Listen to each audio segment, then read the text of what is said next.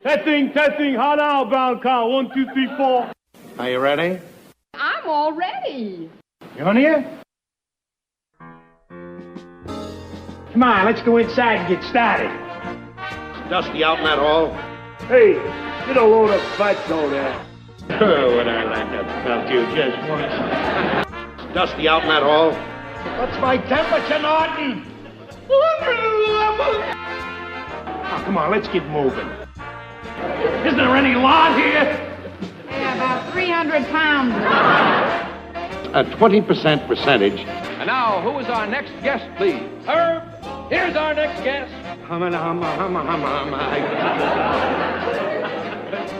Ed Norton. Ha ha! What's this?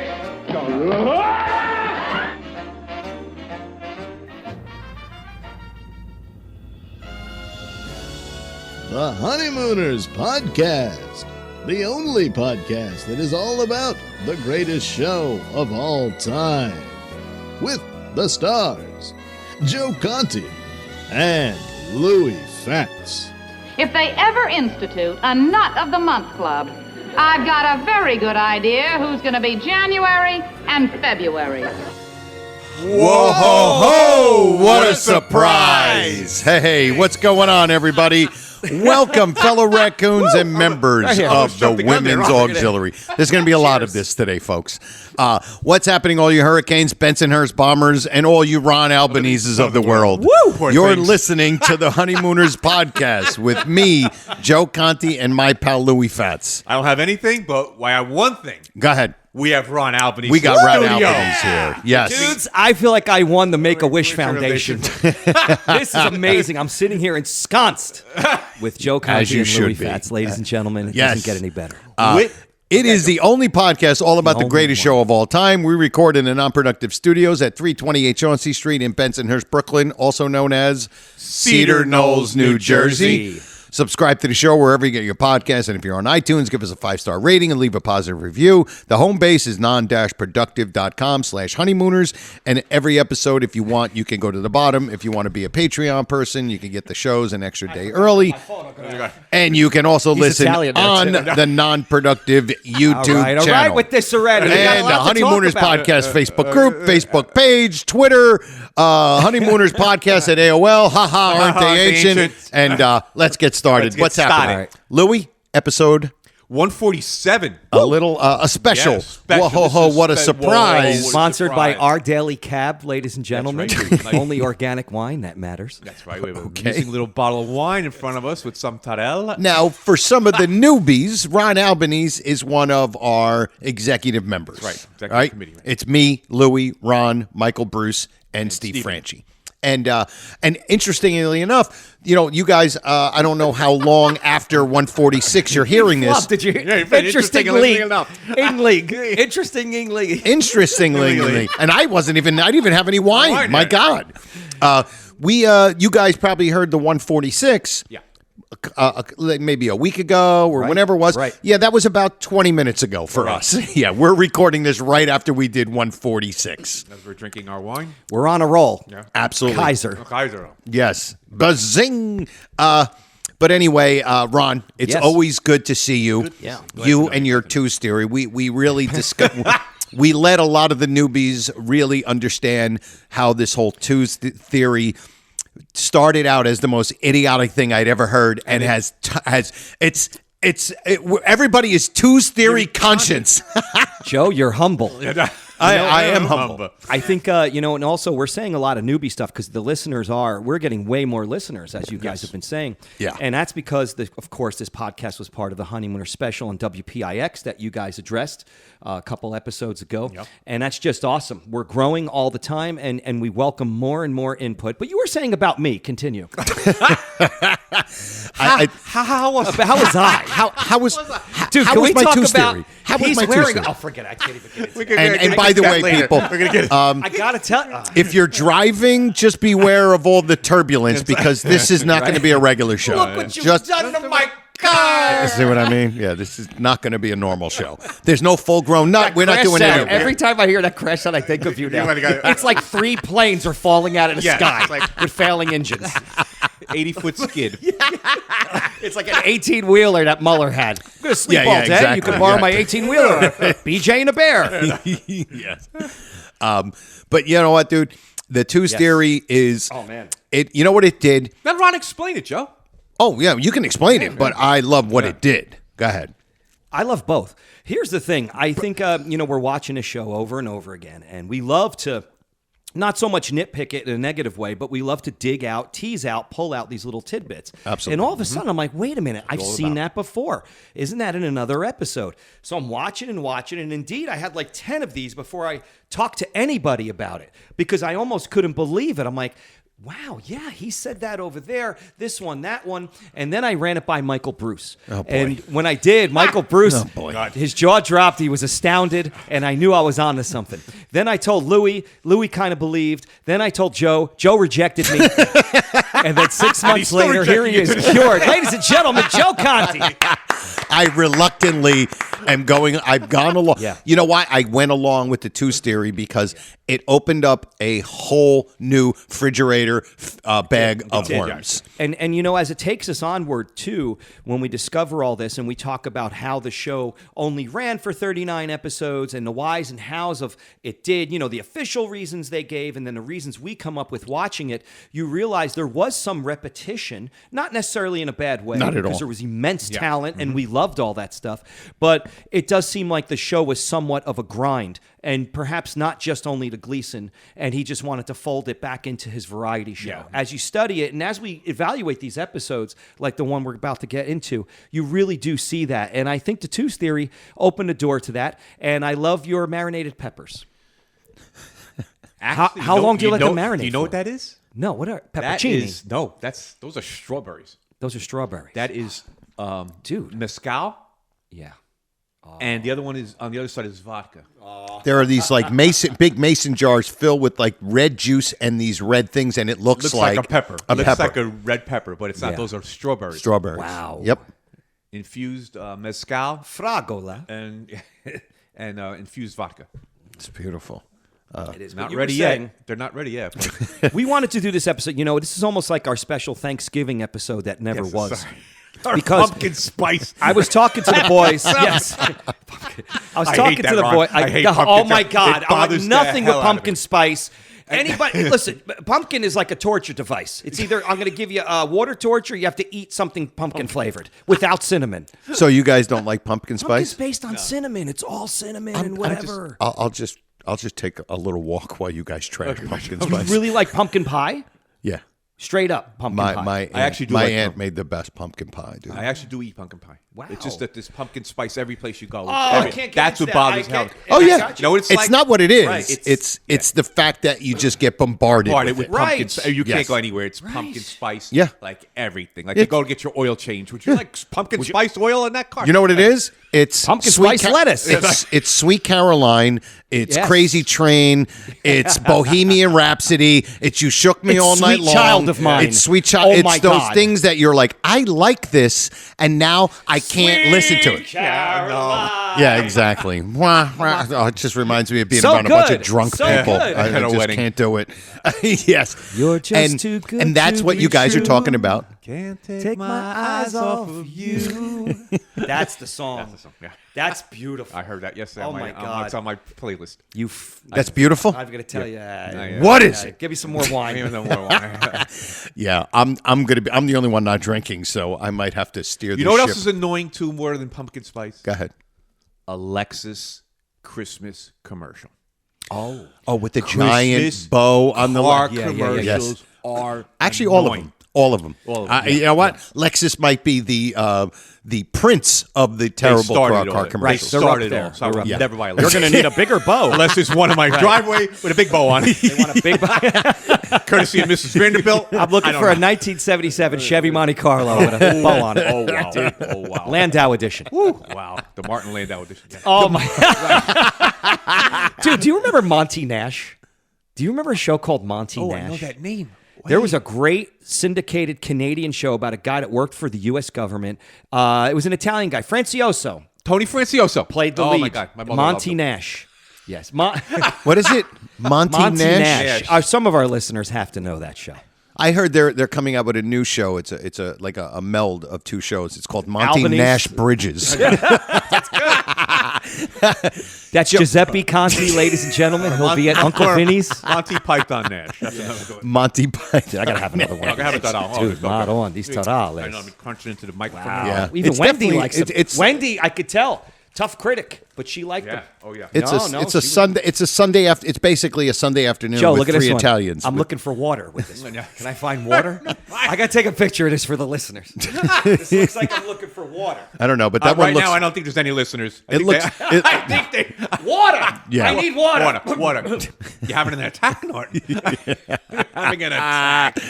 All right, while he's doing his divining rod, Joe. Go ahead, Let's yes. set up the show here. Okay. Set it up, So Joe. this show, try to set we it up. are going to go deep into the mind of Ron Albanese. You know- that's what we're going to do. I wanted to say, as we rewatch these shows, we get stuck on certain episodes. We were in a trapped vortex for a good half Trapped. a year. Sorry. Remember? We've been in a trapped vortex before. We've definitely have been in a Bill Davis vortex. Oh, God, yeah. Yes. Like, I mean, that's more than a vortex. That's like the material of space that we can't deduce what kind of actual material it is. Does it stop time? Because we've been in there a long time with Bill Davis. And the other one that keeps coming up is On Stage. Yes. And last time I was here, we talked about On Stage, and we kept going back and forth with it. And it's the episode that keeps giving in so many ways, on so many levels. And it's like meta, because as an entertaining episode, it's amazing. And in the mind of Gleason, I think there's a lot going on there that we've kind of picked up. So it's worth talking about to all the listeners. And we definitely want to know what you think as well, because I think it's a top 5. Did we say that, Joe? I think it's a dark horse. I think it's a dark horse, great episode, because when you think of the great episodes, right, what do we all think of? Funny Money. Funny Money. Mama Loves Mambo. Right? Palomine, Worry Wart. And I'm even going a little bit more mainstream than that. The Golfer.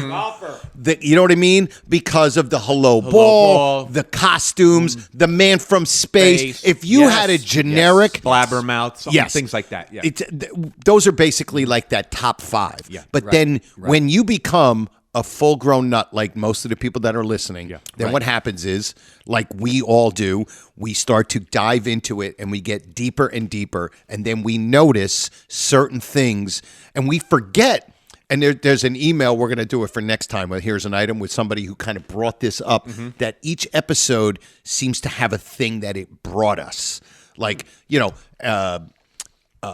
Sleepwalker, 111. You know, there's all these different things. That's On another stage, one that people know. Yeah. dude. That's a big On one. stage, think about what on stage. Oh, Rachel. I was just going to say that. I was holding a thought. When you talk about the one thing we're going to talk about on stage, we're not even going to get to Rachel. Right. But It's not. that's This what- isn't about but If you Rachel. said on stage, people would say, "Oh, Rachel, Rachel. you've come back." Or String of String of Peloponnese. I can't even say String it. of Monopolies. Well, I'm going to tell you, I remember watching this again, and if you're a newbie here, I might as well repeat it. I used to watch a lot of the Honeymooners episodes on a ratty old black and white TV in my shore house in South Seaside Park in the summer after the Yankee games, and you couldn't even see it. And it was all know you snowy. hate to brag. And you can't even. How is that a brag? Weisenheimer. Shore House. It was a bungalow. What am I saying here? It's a black and white TV. Did I say Reggie Van Gleason? What did I say over here? So anyway, guys. Yeah. Hey, you dirty old. But anyway, when I was watching this, I remember And it didn't matter. It had a black and white this TV epi- because this it wasn't ep- black. I know It was in black and white black anyway. and white on top of black and white, which the universe just collapsed on itself, folks. So I'd be watching this, and that episode really stuck with me. The Rachel bit, Peloponnese, massive in my opinion. I think this episode is really up there. I think there's in the C39. I think I don't know, TV or not TV is kind of a lost one almost. Yes. Like Yeah, one that we I- don't reference a lot. No. We always the thing just said about- it we was always the say perfect episode to start the 1955, because it perfectly laid out the characters, even for people that didn't know it, because Yes, not everybody yes. knew the Honeymooners because of Gleason's right. show, and it was just perfect amount of Gleason, Carney, and Audrey, and of course Joyce. And Joyce is in there. just enough to go. She's part of this. Joe, first spoken word. First spoken word. Joyce Randolph. Joyce Randolph, 100%. And I think, and it's true. It all takes place in the one room. that's true. It's the one room. That the four stereotypical characters. thing that they always say, oh, the show was basically in one room. And that episode was completely in just one However, room. that episode is missing the bond between Ralph and Norton as best friends and things. So it's more like they're going at it with each other. they are going at it. Yeah. Well, they're I think the squaring off. only time you get that is at the end when she goes, you guys never get into, which is kind of ridiculous when she goes, what's the matter with you guys? You never fought. Oh, so you never fight when you're shooting pool or Right, bowling right, or something like exactly, that. right, which is a lie, by It's the a way. lie. Yeah, I'm sure that's they all he fought does. every single time Because when he shoots Norton's pool. going to annoy him everywhere. Everywhere. Yeah, so. But it is great to, and I think that episode gets lost in the sauce. Yeah. I believe that 1,000%. And even in this podcast, if you think about it, we have don't dove touch it. into, No, we don't dude, touch it. we dove into Bill Davis. But we didn't dive into the episode that had that's sacred Captain territory. Video. Don't be messing with Bill Davis. I love Bill Davis. But dude, think about it. That first episode has the Captain Video helmet. Yes. Captain Video. And it gets lost in the sauce. And that is because that's how great this 39 episodes are. Oh, yeah. It's tremendous. And So now, go talk ahead. about the.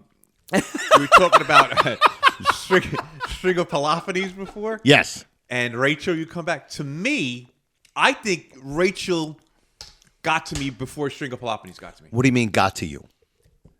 Remembering the moment that got to me in there. Like what Oh, grabbed that me, drew you in? What drew me into that episode was Rachel. I think- the I think you're voice, right. the Reggie Van Gleason voice. Yes. The String The of Pelophones. Barrymore, you also said, is a little bit of Barrymore. Barrymore in the beginning. right. Which we're right. going to talk about later. We're not really going too far into the rehearsals, but like you were saying, they do have the mid-century modern chairs in this episode in the kitchen. Yes, Yeah, the they do. mid-century Yes, they modern do. chairs are in this. Okay. Yes. Yep. Oh, you got Don't it. okay me. What are you I looking at me did like okay. that? Yeah, okay. I said okay. What do you mean okay? It's very good, sir. Okay. Very good, sir. It's very good, Did sir. you ring, sir? My mistake.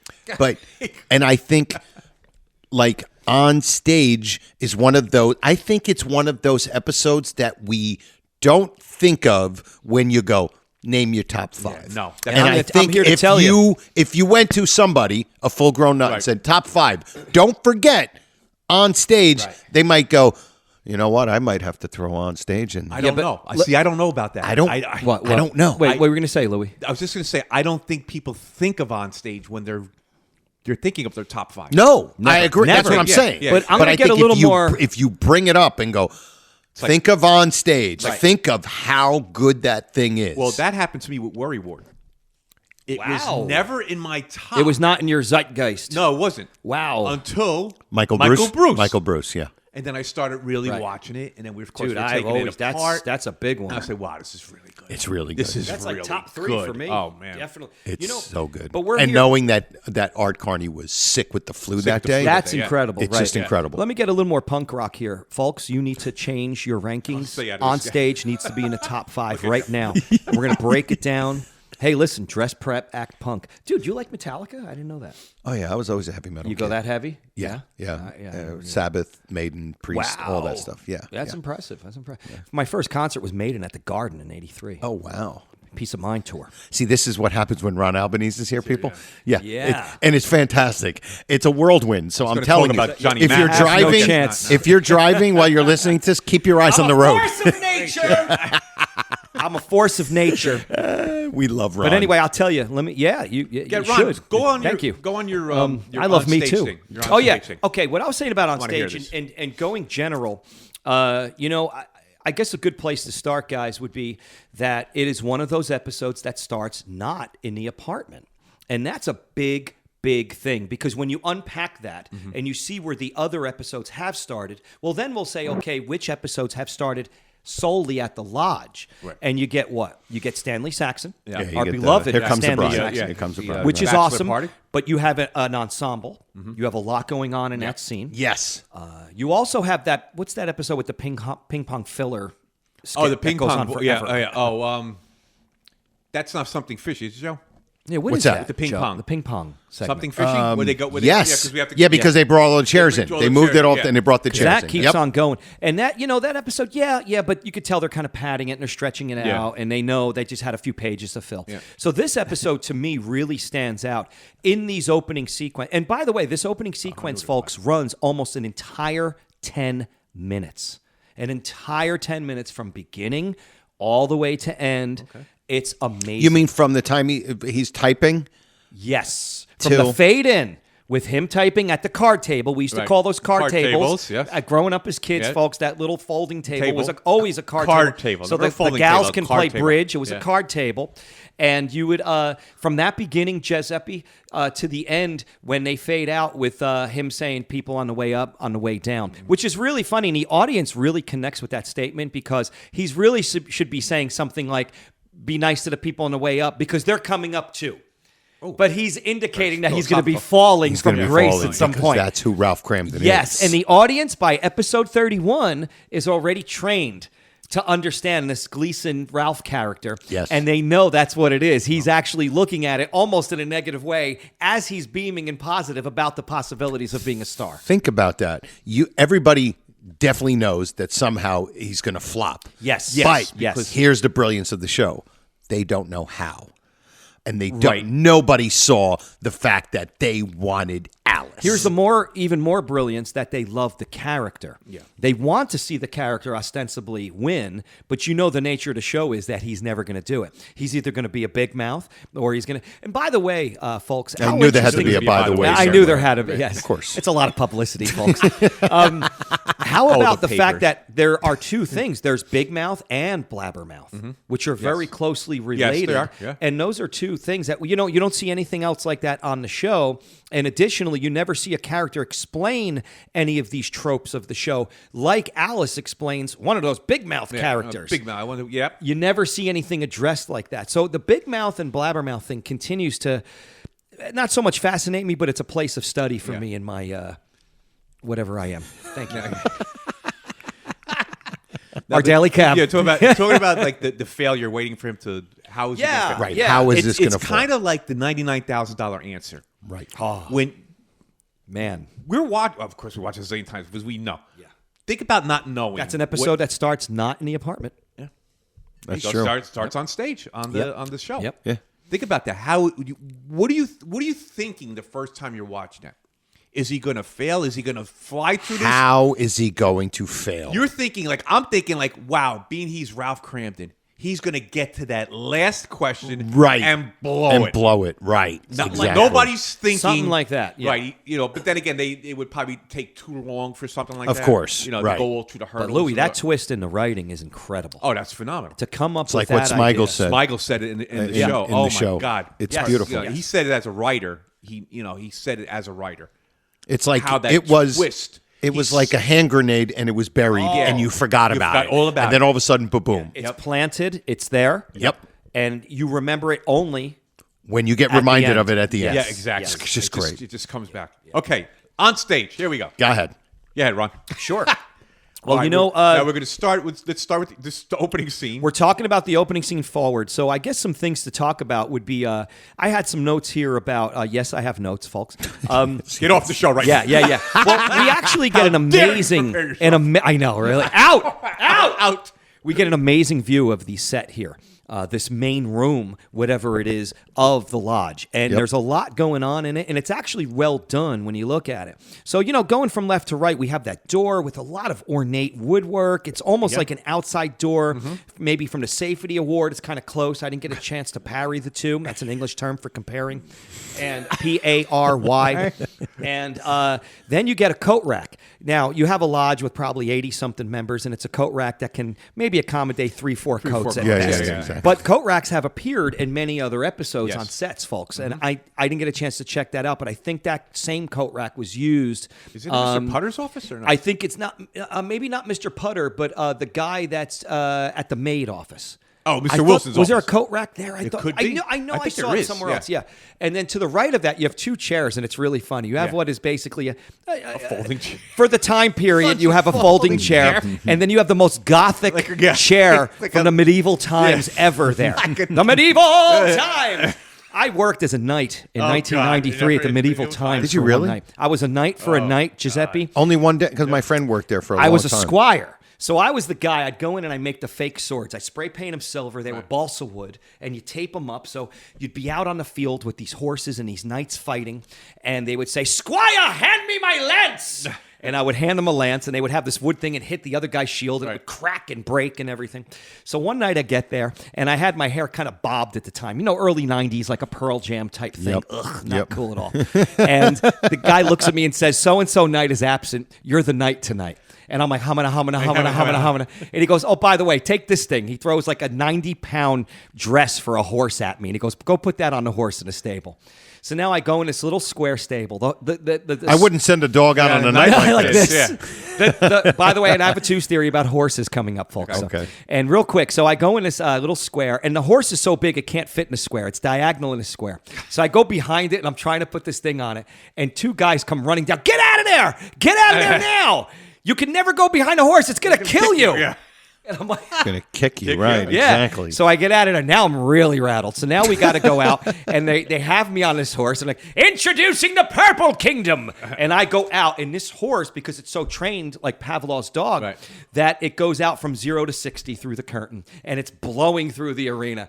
I am out of my head. I get back in. I'm like, I can't do this. He's like, "Okay, there'll be no Purple Kingdom tonight." And that's that whole story. So I was a knight for a night. A night for a night. That's pretty much it. But we were saying about this set, there's a lot going on. And Michael Bruce was fixated on a platform a few episodes ago outside. But there's a platform for, again, the prop masters. I don't know if it's a joke or not, but they specialize in the world's smallest desks for the leaders of the raccoons. And this desk is no exception. Oh, yeah. It's a small number. It's a small. The card table would be an upgrade from Levitt's. You're gonna love it at Levitt's. You know what I think? I think the reason why all of those things were so minimal. The reason. It's because they don't want you to be. It's like the runway models. Yeah. I don't know if you noticed, but runway models are all very, very skinny. Mm-hmm. They're not Lane shapely. Bryant? What about Lane Bryant? I'm talking about runway models. Those runway models that you see, they're very skinny ones, because they don't want you to look at the girls. They want you to look at the clothing. So I think they didn't want you to notice the furniture. They want you to focus on the characters. Why would you want to see a big desk? Yeah. You see a little desk. There's nothing to look at except for the people that you're supposed to watch. Think about it too. It's a room where you don't need a big desk. There shouldn't be a permanent desk. It would be a place where you take the card table out. Yes. That's right. Open it up. Right. Put the folding chair under it. Yeah, exactly. And type. Because you got to put up the ping pong table. And that, by the way, that typewriter's from like 1862. Oh, God, yeah, it's great. That thing must have weighed more than me. Oh, God. Oh, my goodness. But the prop department did well with that. He's got some papers. He's got a folder. He's got a lot of stuff. And by the way, Tuesday, jumping ahead, Ralph mentioned his treasurer 2 times, 2 episodes, folks. Yeah. And in each time, he's he's failing, and the lodge is failing financially. Of course they picked the best guy. Of all people. This guy can't add 2 and 2. The other guys are like handling money. Oh, my God. You picked him? I know. Well, Freddie Muller's dumb enough to lend him his car. Yeah. So. And there's a little flub there, too, where he says, "Dear Brother Raccoons." And when he goes back to it, he says, "Brother Raccoons." Okay. And his opening was fantastic. I don't know why they're searching for... "Dear Brother Raccoons, the fact of the matter is this." Or the factor matter is this. Yeah, factor matter. The factor matter is this. Yeah, factor matter. Yes. And there's also another flub in there, folks. Let's just keep going here. Keep on going. I'm warming up, head of steam.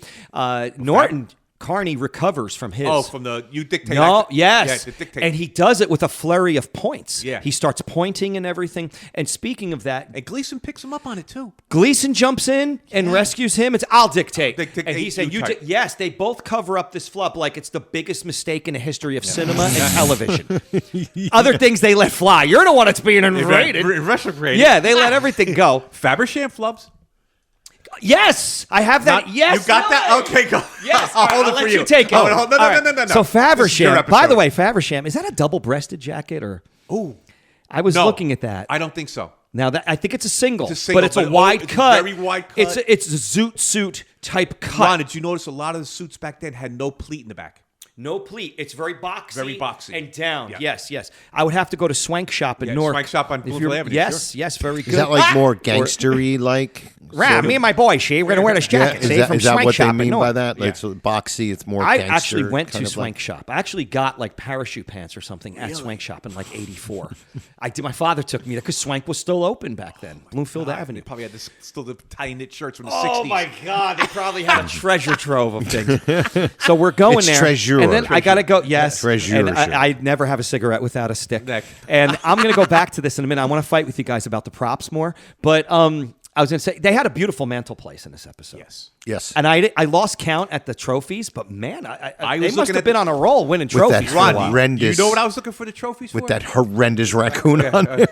Yes. Oh God, it looks like it's ready to attack. Awful. Looks like it's I'm telling rabbit. you. It looks a rabbit. Yes, it It's does. Can you identify that as a raccoon? I mean, really? I would never know. Yeah. The trophies. I was looking at the trophies as much Yeah. as you can because part of it is blocked out by Ralph. Yes. I was looking to see if the trophy, because they always use the same props over and over, if the trophy that he got for the safety award Was the same in there. trophy in there. Or if it turned up in what's his name's not Funny Money, but Fortune. I thought there was a trophy there or something. No.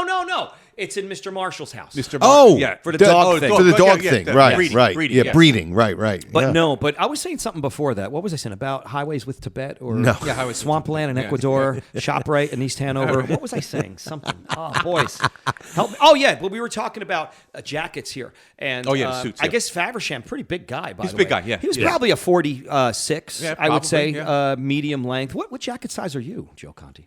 I'm I going think single, not double It's breasted. oddly enough, I didn't realize because I just. I'm glad we don't have Michael I Bruce was here. That making would a take video. the average of the jacket Yeah, size yeah, way yeah. up. and Michael I- Bruce, sorry, love you. I think I'm a 44. 48 Husky. Yeah, Wait, what are you? I think a 44. And what? Tough skins from 42. Sears? 40. No, I think 46. 44. Yeah, 44 is too. I think- You ain't I'm no 42. 44. I think 46. Get a tape And measure. Oddly You enough, ain't- you ain't no I 44. used to be a 54. Ho, car 54, Where where are are you? you? Yeah. All sizes 32 to 54. Nothing None there for Joe. For the We're all newbies, gonna go to Robert Hall after that this. is- Yeah. We're Robert doing Hall. our Christmas shopping Yes. at Robert Hall this year. Robert Hall has the reason. Les Paul for Robert Hall, ladies and gentlemen. When I the told you to value strap goes in, up, people. up, and the prices go down, down, down. Robert Hall is the reason. Low overhead. It was low overhead. That was the reason, Robert You know, Hall. this is like it's like having a really smart 5-year-old on Ritalin, and you gave him a microphone. Yeah, but It's what crazy, about me? but You're he's- talking about you. Oh, What I'm about kidding. me? Yeah, sure. Joey Conti, ladies and gentlemen, Uncle Vinny's. He's the king of Uncle Vinny's. Headlines that venue and will crack you up, ladies and gentlemen. Thank you. So here's the thing, And too. he'll be appearing here on March 22nd. I'm saying Yes, for the convention. March 22nd, we're going to be at the convention, and the things we've been talking about so far, it's in its infancy, but man, the ideas we've had, right, we had guys? so much fun. This- Should I tell? I know I said it on the last episode, but should I tell him the idea about the Mama Loves Mambo, the song? Wow. About Oh, doing yeah, it there? we could do the dance. Yeah. I found myself the other So funny you night say at the that. house, and for some reason, I was in the kitchen. My wife was doing something else, and I just played on the Alexa the Clavis for Mambo. I know that song. And I started dancing around my kitchen by myself, dancing to Clavis for Mambo, and I'm holding up a sign to Joey Yes. Conti right now. Joseph Conti. Giuseppe put it to you this Conti. way, everybody. We're going to have fun with Clavis for Mambo at the convention. I want to see, and we need a listener maybe to do this, or I'll try to coax Michael Bruce into doing it. I want somebody with a lampshade doing a hula. I want to see Yeah, that at there the you convention. go. We need to do that because we never saw that on camera. No. We need to have that happen. Yeah, so we're going to have frolics, is what you're saying. We're Yes. going for it. And Driver Frolics. Yeah. 1948. Yeah, exactly. folks, if you're new and you haven't come to any of these honeymooners confabs we get together and it's just a bunch of people like-minded in a room having a great time. Great food, great venue. We have extra. We have guests. Ron Yeah. Albanese will be there. Yes. I'm sorry. I meant to say Brian Carney. Yeah, exactly. Brian Carney, of course, will be Louis there. Fats will be there. I get Ron to autograph Wendy's my- gonna come. My bottle. I'm going to autograph the bottle. I'm going to sign right under Brian Right, Carney. Barney. What did you do to my wine What bottle? did you do? Wait a minute, pal. You don't have to get mad about it. I love that fake laugh he does. yeah. Oh, my God, it's so forced. You know what's so great about that scene, too, when he does that? Yeah. Norton does like that little He does this little. It's like this little shake. Little shimmy. Yeah, like oh yeah, I love that. And speaking of like the physical stuff of Carney, he's amazing and on stage in this scene because if you watch, he's putting his hands in and out of his pockets a bunch of times. Yes. He's really going for it here. And the thing I was going to say, and I am kind of jumping ahead from the specifics or the specificity. Yeah. And Pacific and Atlantic and of all this, I was going to say that I think that on stage, guys, if you really look at it, is a great way to look at Gleason and Carney doing Ralph and Norton in these intro moments. They are just amazing. No, it's not super physical, but you know what? I think they're acting a little physical because they're standing up, and there's no Laurel and Hardy in this. These are straight. You're getting undistilled Ralph and Ed here, and it's really amazing when you look at this opening sequence. Once again, it's just about half of the episode. And that's pretty impressive. Yes. And I think this was the part of the episode that they really focused on. And as we were saying off, Mike, we were saying how they really riffed the rest of the episode. I think the rest of the episode is really riffed. Yeah. And here's the evidence I'll give you folks. Maybe you disagree with me. You can post on the Facebook. But I think as you go through the episode, there are a small profundity of you knows. He was an usher, you know. And then there's Alice doing, you know. You sit here, you know. And he does a big even in that earlier scene when he's talking to Alice. The episode starts out very rehearsed, and I think just goes way more loosey-goosey as we go on. She's directing him. Yes. In that scene with the sitting at the table. Oh, my God. He loses his... He doesn't know where the blocking is. Exactly. He doesn't even know where the blocking is. He don't know anything that's going on. And she's like directing, you know, you sit here, you know. That stereotypical thing that they always said Audrey Meadows did. Yes. You're seeing that directly. And I'm sure she did that a lot more in the Lost than the live things. When I was preparing this, forget it. Actually, I was preparing this a little bit, and I watched it last night. And the first time he says Rachel, we're all laughing because they're not expecting the voice. No, not at all. Did you watch her eyes? Yes. She goes like this. She rolls her eyes beautifully. Upward, it's like, fantastic. oh my God, he's not doing this. Yes. It's fantastic. And you know, that's what we got off tangent about. How do we get off tangent? And let me just say something. The way she rolls her eyes, it's like she's hurt. It's like they've been rehearsing this all day, and she's going, again, I have to hear this. It's all, you know what I mean? Like when you see it, you're sitting there like she's heard this 30 times. Or the other way. Maybe he changed it and did it for the first time that way. Like, maybe. What is he doing now? Her eyes are saying, ooh, Madonna. Madonna. That's what her eyes are saying, okay? Let's get it right. Louis Fats, Joe Conti, and Ron Albanese. Let's get it right here. Yeah, I'm sorry. Madonna me. Yeah, and I think, watching that scene, and the scene we said we're not talking about. We're not talking about this, but go ahead. He actually delays. There's a slight delay in when he's reading what his lines are supposed to be, and I think he's trying to remember something there. Yeah. Which doesn't make any sense because if you're going to be pretending to read something, why not have what you need to read right there? You have the opportunity to have it right there. Yeah, exactly. Dude, I think he hung out at Toot Shores. He walked in. He had to memorize that early scene because it's tight. It's tight. Yeah. And let's go back to that scene for a second because you started to open this can of worms with Faversham. Yes. Where is his flub? Tell me. Because I know it. I want to see if you... He says, not only do I have making Ralph a member of the lodge... but also putting him a part in the play. Like, well, he already is done. He's already a member of the lodge. It's well done, Louis. You can see him, Ron, stumbling. He's stumbling, and he's doing this with the hand. He's kind of smiling about it. Yeah. Yes. He's going to get Ralph. He's going to convince Ralph Cramden to be a raccoon. Convince. That's the word. According to his dialogue. He really blows it down for Faversham. And you can tell it's like that half a second before where now that you watch, you're like, oh my God. Yeah, he knows it's he knows he's big thing. Okay, wait a minute. First, let me tell you, I'm a 40. I'm a 40 long, actually. I used to be a 42, but I've been training my jacket size. You said your jacket size was what? 42 regular. 42 regular. I'm actually a regular. People look at me and say you're tall. You have shorter arms. No. You'll never be a boxer, Louis. I have long arms, but my torso is not long. I got long arms, long legs, but my torso's Normal size. Yeah, normal size. And I'm narrow, so a 40 fits me better. I'm so a 42. Right. Okay. We On got the that borderline done. of a 44. Okay. And again, I'm glad we don't have Michael Bruce here because our average of sizes would go way down. Sorry, Michael Bruce. I had to say it again. He's gonna kill me. But anyway, about what were you saying? Faversham. He blows the line. Do you want to hear it? Do you want me to play it? Yeah. Let's go into that. All right. Any other voice? At this point, I can't stand hearing myself anymore. No, that's cool. Here we go. No, but That's a great odd couple. I never noticed that flub by Faversham until today. Are you serious? I swear to God, We mentioned Joe. it years ago. Flub of the week. Did you really? Yeah, Flub of the probably week years like ago. probably episode 23. I probably heard you guys say it, but probably It was, forgot. it was Flub of the Week years ago. Wow, because it's amazing. Yeah. It's amazing. It's crazy. Yeah. Oh, here's what I got for you. ahead. Here's what I got for you. Okay. You're gonna never complain. We've been, we do prepare for this show a little bit. We play it off and stuff. Yeah, it's like, hello, Ron, be here at 4:30. Okay, Right. yeah.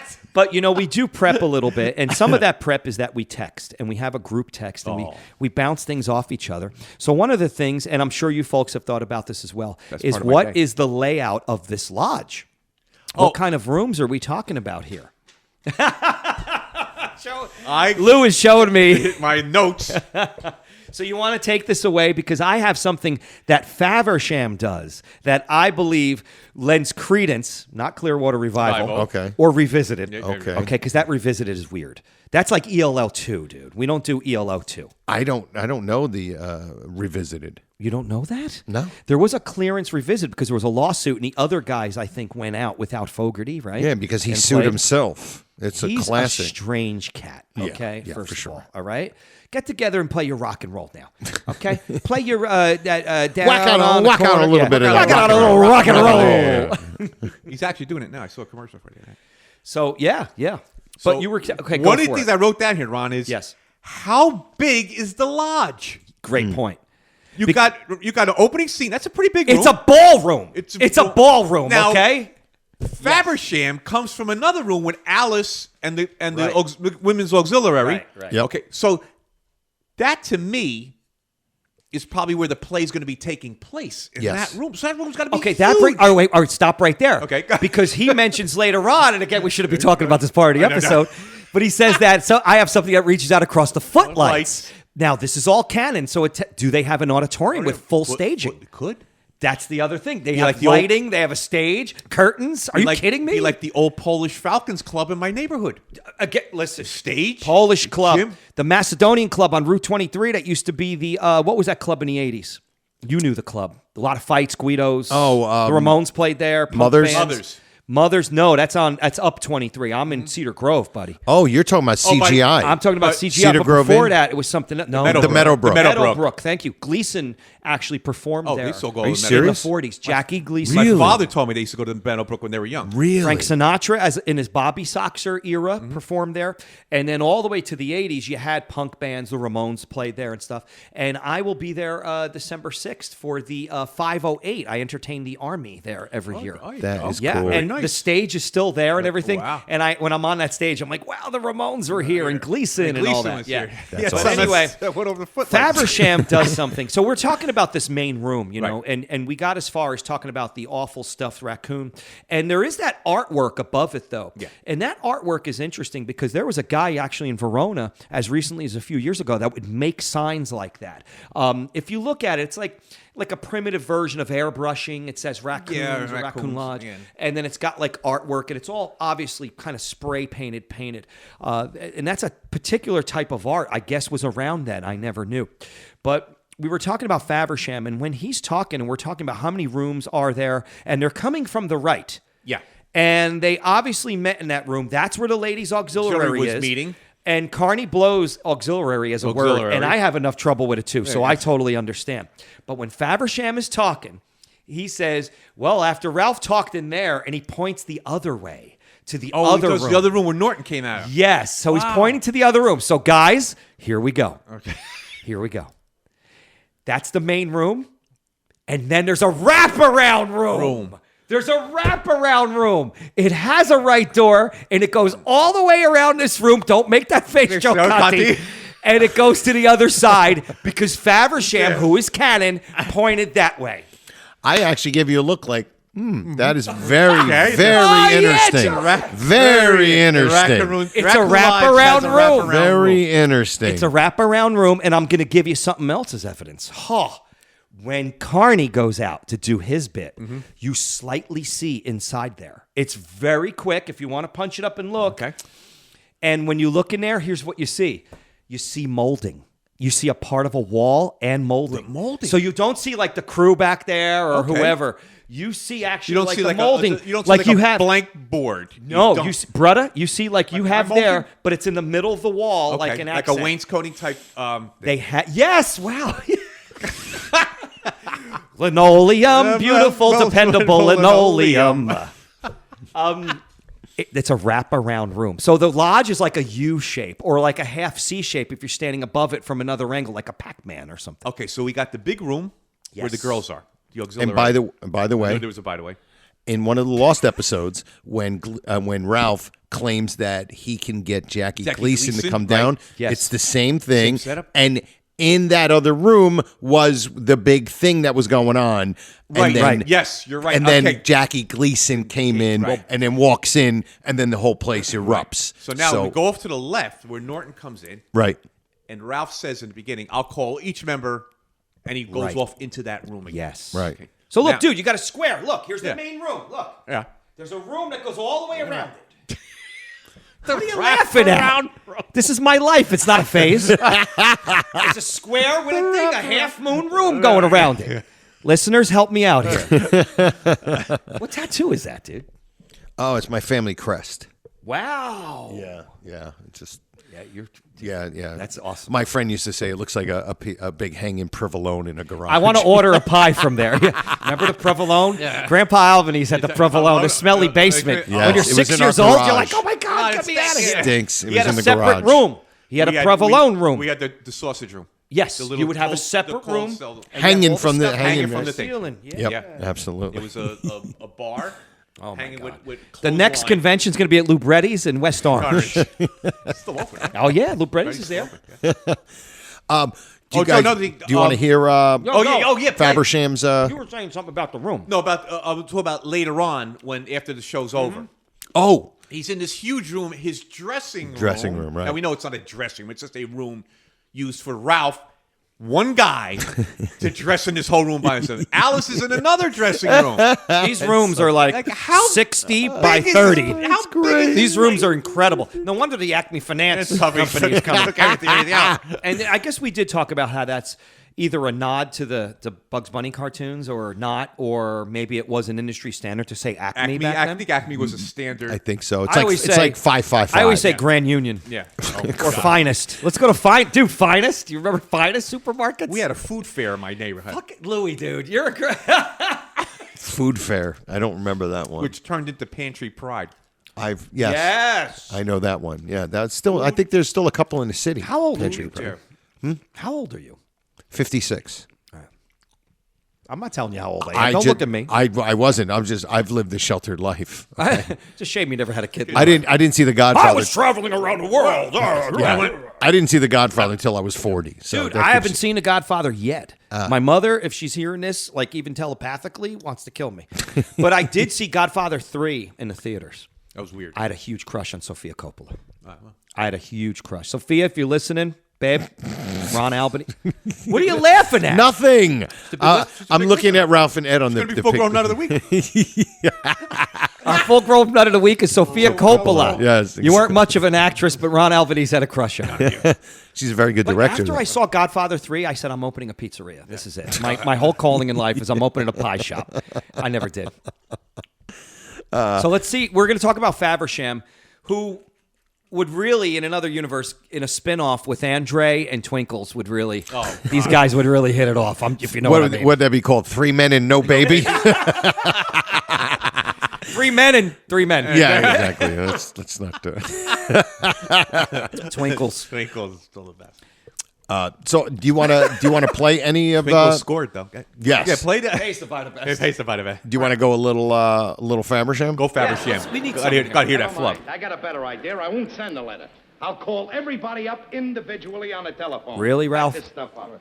Reverse the charges. I love that line. Reverse the charges. Oh, Is that ad lib? We talked about 100%. Get him away from me. Right? Hi, Ed. Hey, Alice. This is Mr. Faversham, Mr. Norton. How do you do? How do you do, Mr. Norton? Where's Ralph? Oh, he's out there making some very important phone calls to the members. I got it. Oh, do you think he can Faversham is a con artist, and I'm outing him right now. Ralph said Okay? that.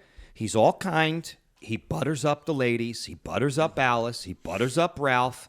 Then he shuts out Norton like nobody's been. Oh, the auditions will be later in the week, and he just like dismisses him summarily. The tickets only sell because of Herbert J. Whiteside. Well, the thing too is he got on Ralph's side. Ralph was against him, and then he buttered Ralph up. Right. And then all of a sudden Ralph turns because ego. Of course. I think he's a con artist, Definitely. Faversham. He I said think that. He wants to make it a probably buck for turned himself. out that he did this in the Midwest somewhere and kept all the proceeds and got locked up. Well, listen, we've discussed this before. In this episode, Ralph was 100% correct. Because they said, he's looking for a new face. She goes, no, he's not. He blah blah blah. He was there looking for a new face. Yeah. He was right, and pretty much maybe Faversham was just looking to make a buck. It's an ironic twist that the scriptwriters probably realized as they were going deeper into this, but they said, we'll just leave it because it does fly in the face. Ralph is right. Yeah. Ralph kind of came out on top that way. Also by Alice turning it down, which is incredibly odd. But again, it's a fast wrap up in an episode where a bulk of the episode is early. We get all the comic relief with the rehearsal, and then the play itself is just, comes and goes. Yeah. Yeah, it's very interesting stuff. Trixie, another scene we shouldn't be talking about, but the way she says, I think it's going to be standing room, is a weird way she phrases that. I don't know if she kind of blew that. So we sold the last ticket today, and then I think it's going to be standing room, which we should Is that what listen she to. said? Something like that. It's just odd the way she says, because you SRO, as we used to call it in the industry, you would standing room only. You would say, yeah. Do you want to say? I think we're she's going to be coming. standing. I can play it right room. now. Yeah, We play can it play right it right now. Oh, Alice, have I got wonderful news. The show tonight's a complete sellout. We just sold the last ticket. Oh, that's wonderful, Trick. Oh, I bet we even have standing room. You see, as soon as I we're... bet we'll even have standing room. I bet we'll even have standing room, which is weird. She's saying standing room, quote unquote, is a term that denotes standing room only. Standing room. Or we're going to have standing room. People are going to be able to stand. Okay. It's weird. It's just a little weird the way she's saying it. Yeah. I think she kind of didn't really rehearse either. I think this episode is incredibly loose. I think Audrey Meadows knew every word of the script, her part, and everybody else. She kept And it that's together. it. Definitely kept it together. That's always been said, and Yeah. I can't disagree with that. Going backwards, too, I think Carney and Gleason in that beginning, I think if you want to see their chemistry, if you want to see how great they are, you get the physical bits of Carney. You get the stuff he picked up from his father as an actor with the getting ready, the typewriter. You get the bit that Carney or Norton is incredibly good at things. He's naturally gifted, Yes. and he's a happy-go-lucky dude. Ignorance is bliss, right? And I think you get a frustrated Ralph. You get a braggadocious Ralph who says, "I'm going to fix everything. I have all the answers." And then he actually confesses, "I don't have the slightest idea." Right. I don't have the slightest. Yeah, and then you see in the acting he does with his nonverbal acting is a tour de force. So as good as Gleason is, though, and he's magical in this, I really believe you see the transformation in his eyes, the ego and everything, and he's like looking and wanting, but doesn't want to back off originally to Faversham because of his ego, and then he's like getting into it, and he's like shifty-eyed. As good as all that is, Carney's right there with him throughout this entire sequence. Yeah. That's why this opening sequence really is not to be underestimated in the canon. Okay, we've seen him in a golf outfit. We see him in all these other episodes doing these things. Dial J. Right. There's another one we got to talk about. People remember Dial J, right? People remember that outfit, I'd say, more than even the pipes and stuff. But yeah, I think that's why as actors, they are just so on their game, and they're equally on their game in that scene. Because there are scenes you could say, Joe, where Gleason was really on and maybe Carney was, good, but he's here. These two are total equals in this scene. Like Here Comes the Bride to me. They are- that is Gleason at his peak. Taking over. He is destroying that, and everybody That's a else. Gleason solo act. It totally it's a Gleason solo act. Totally is, and everybody else is just hanging back. Yep. It's like he's driving the car. He's like, and they're I just got going this. for the ride. I got this. I'm going to take care of this. I'm going to carry this whole and episode. That's why this know my this lines. episode, and this really holds up here. Because you are introducing Faversham, and it doesn't matter that you have Faversham because he serves his purpose, and that's it. It doesn't go farther with that character. Now, there's a little discrepancy with the Faversham-Norton meeting. He comes out, and Alice introduces Faversham to Norton. Right. And later on, because Ralph's not there. Ralph's not there. He's making the phone calls. Right. And later on, doesn't Norton say, well, he said some of those girls in there have a pretty good talent. Well, you just... That is excellent. Most likely, if you had to explain he heard it from Trixie. That would be the only That's a explanation. stretch, though. How did he talk to Trixie? On a cell phone? He texted her? Maybe because unless they've been talking about because this. he's at work.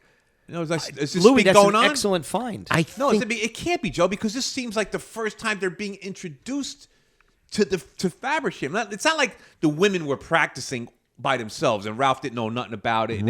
Or even had a discussion about it, and now they're having a big meeting. And here's another great point. How big is the cast of this play? That Faversham's going in there and saying that some of these girls have acting talent, or a lot of them, or whatever he says. Yeah, what are their parts? How big is this? I mean, well, I always said we should do a thing on the Facebook page, and we might have done it a long time ago, but now in the Facebook group we should. What is the name of the play? And just let them go, and we can actually do that. I think somebody on one of our hello sister. Hello, sisters. Thanks, sister. Thanks a lot, sister. One of our sister sites did that. Okay, I want to do that on ours. Also, in another scene we shouldn't be talking about, Freddie Muller, very dapper in that last scene. He's got a bow tie. Yes, very sharp. He cleans Joe's up gonna have to nice. play that. And it's amazing how he does that. And yet he's really portrayed as kind of a slime in most of the series. He's nice with the car loaning, but other than that, he's like, and he's like, there's a whole other side to Freddie Muller. Yeah. He's like, he likes romantic plays. Yeah. He wears bow ties and dresses up, Ron, they all dressed up in those days. Yeah, no but- matter all where right, they but- went. They but- would dress up all to go right. to the bathroom. They go to the bathroom. Jacket. I know. But here's the Jackets thing. and They're at ties the on. Raccoon Lodge. Why aren't they wearing their woo-woo hats and stuff? They could have easily just as easily worn but that this is stuff. but you got to admit, this is a night out. Yeah. It's a Yeah. special No, I night, get it. It's like a black tie event. Yeah, it's a night out for them, and this, Yeah. in this economic. And it's not a raccoon thing. No. It's a women's auxiliary thing. Well, it actually is the raccoon thing. Right, Because but they're- it's something different. Yeah, And, it's people different. like People something new and different. Yeah, So exactly. to them, And he I think says it's a only night dear out. brother raccoons. They're only not paying. Like, do the ladies pay their dues, or do they pay their dues? Yeah, and what the is the guys connection? Don't. Well, How does that work? Does it go into the same till, the Yeah, same how does that accounts? work? We discussed this way back once. Like, what is the function of the Williams Auxiliary? Like, all of a sudden, these people. You just said that. I know. The women's Women's auxiliary. Yeah, I don't know how to say it normally. Wow, People- dude. To me, be that's how you say it correctly. No, I can't auxiliary. Say it. I can't say it any It's other way now. auxiliary. You got That's, Alice and Trixie yes. always putting down the raccoons. Right. Why all of a sudden are they in the women's auxiliary? You This poor bastard. He can't say it. Auxiliary. I can't say it either. either. That's why I'm saying it badly on purpose. Auxiliary. I can't say interesting too anymore. I got Oh, it's always that's interesting. done. That's done. Your That's phone, done. Your phone spells it out. When I right? text interesting, Yeah. it goes to interesting. Interesting, me too. Because that's how many times I've typed interesting. Yes. So it's a mystery about the two. I don't know, because I think the Elks operate independently. Okay. There's like Lady Elks. Oh, are there? I think didn't so. know. Yes, there are I'll Lady ask Elks. Frank Grady next time I say it. Yes, and I think they do their own thing. But Brady. you another point too. I think Alice's dress, is that a repeat? By the way, her black dress in the beginning scene, is that a repeat? I'm not sure. Is that the Andre dress? I thought it was either the Andre I'm looking at it. dress Yeah. or It's no. it's the Andre dress. Yeah, Yeah. because it's not the. and the it's not- pearls are from Stanley Saxon's wedding. The pearl necklace. Oh, Oh, you know what? I think that's from Stanley Saxon's wedding. Well, I don't know, Ralph. I'm not sure. If How you that's listeners from- doing out there? How you guys doing? You guys I'm doing not sure good? if that is. I'm looking at it. I can't really tell. But Giuseppe can't and has tell. anybody noticed how bad the mustache is on Faversham? Yes. It's Oh, terrible. I noted that today. I said, "What's going on here? Is that real or It's is it real. I'm going to say Is it's it real? I'm going to say it's real because back then they used to hair used to lip? shave- It was called yeah, a hair lip. Yeah, they used to shave above the. Now today we have a mustache, so usually you bring it to the top of your lip. Yeah. Back then, you'd leave a space. You'd leave a Lou. space. Yes. It's a hair lip. Hair lip. Yeah, and is it because he's just a recchione, or It could be. it might be? Yeah. But isn't it more of like a regal kind of a thing We to stuck it wear that Vecchione. kind of a fancy? Sorry, Mr. Fabersham. So they maybe if it isn't real, they gave him that because he's an elite. Like I don't know. I'm not sure what that Yeah, is mustache he supposed is. to look high society? Yeah. I'm thinking I saw him in a mummy movie once, and I don't think he had the. He didn't I have don't think he had the the mustache. that horrendous little Yeah, stash. That little stash. I don't think. Well, he had it. Faversham, as bad as he is, wow, that Herbert J. Whiteside's a snot rag. Wow. He won't even speak before Faversham speaks. Mod on with that one. Can I bring him in? Yeah. Right. Can I bring him Whoa, in? does he have a stick in his? I know. Well, that's so great because that sets up the Freddie Muller thing. Yes. That's exactly. why that's so good that he has to bring him in because he's got That's really me, Fred. good writing. there and he has to leave. That's me, Fred. That's me, Fred. So that's perfect. It sets up the Freddie We're Muller applying thing. attention. We're building it and building it to the point in this episode where Ralph is going to be a star. Yeah. In Ralph's mind. In his mind, yeah. And you know what? I wonder what the audience was thinking when they said he wants to speak to you. Yeah. To me, this is like the Swanee River in $99,000 Rancher. I don't think anybody saw the fact that You're 100% Alice, they wanted Agree. Alice. And it speaks to the writing. Mm-hmm. It's brilliant. It is a pseudo callback. It's not a callback, but it's something that if you knew, you were like, oh, it's obvious. Now It's right there. Now, you also think it's societal at the time that they want to run it by the husband before they That's present true it, also. Before they present it to Right. Alice. But I bet you nobody was thinking that. Because think the you're- whole time it's Ralph talking about him being a star. You're looking at the mores and colloquialisms of the time, for sure. yes. Colloquial What's a is more? something. Mores are traditions. Samore. That's what I thought. I was a pizza pie. Is there a pizza pie in somebody's When eye? the moon is And that's Come colloquial. fly with me. Come fly. Let's fly away. This is the Frank Sinatra podcast. Yes. I never met Nancy. I almost did when I was in Hoboken. She was supposed to come for an event, but I didn't. I ended up meeting a Frank Sinatra impersonator instead. Jeremy Jr.? Junior is actually good. No, I almost did though. He was at some event that he was at some event that I was at. I think in Hoboken. Okay. Frank Jr. And I would have loved to have met him. He really got stuck. He could sing. Oh, he was good. He was a full talent. Good. And when he got kidnapped, it was very strange. He Tell got me. kidnapped? Yeah. Oh, I did not know that. Mob. Yeah. Mob. Really? Did you say mob? I probably. We love the mafia on this show, by the way. We love all of you. I'm Ron Albanese. The Albanese is from Joe Newark. Conti thinks you're a bunch of criminals. Joe All right, Conti anyway. said that. I'm Ron Albanese. Albanese is of Newark, New Jersey. We love North Fork? everybody at Louis Tingling. We love everybody down at Dickie D's and Biazzi's. We love you. And get your clothes at the Swank Shop. We're going to see you at Swank Shop, down neck. That's me. All right. We love you. We'll see you at Don's 21. Early bird special. That's 21. It's Where were strange we now? because it is again it You is know. You know. a great I don't even know where I am. it is a great callback. I'm sitting. Yeah, I'm sitting. He Again, says I'm sitting, same Joe. thing. But he's already sitting. Sitting, yeah, I'm That's sitting. how screwed up he I'm is. sitting. Yeah, yeah, And exactly. Norton's line. I'll hold the script too. Oh, you know- by the way, What- Norton and the and we scene knew we're there had not to be a supposed to by be the way. talking about. He does another great job, Carney. He's totally off camera in that scene when they first start rehearsing. Yeah. He's like not even there. No, he's not. You don't see him. You don't even see him. And all of a sudden he just randomly appears to laugh. Yeah. To laugh at the yard. Oh yeah. Yeah, it's such a Rachel, funny all laugh. This is yours. I was looking for let's see. All right. Yeah, so anyway, keep going. Joe, you want to play that Fabersham scene or no? Yeah. let's Oh, play yeah. some All right, cool. Faversham. Here we go. I need some Faversham Yeah. here. Here we go. Any other voice? Well, I wish you luck. I don't know Besides how you're ours. going to do it, but you probably want to talk to him alone, so I'll go back to the meeting. And I'll keep my fingers crossed for you. Doesn't matter, you know. Well, I think maybe I can get him to do it.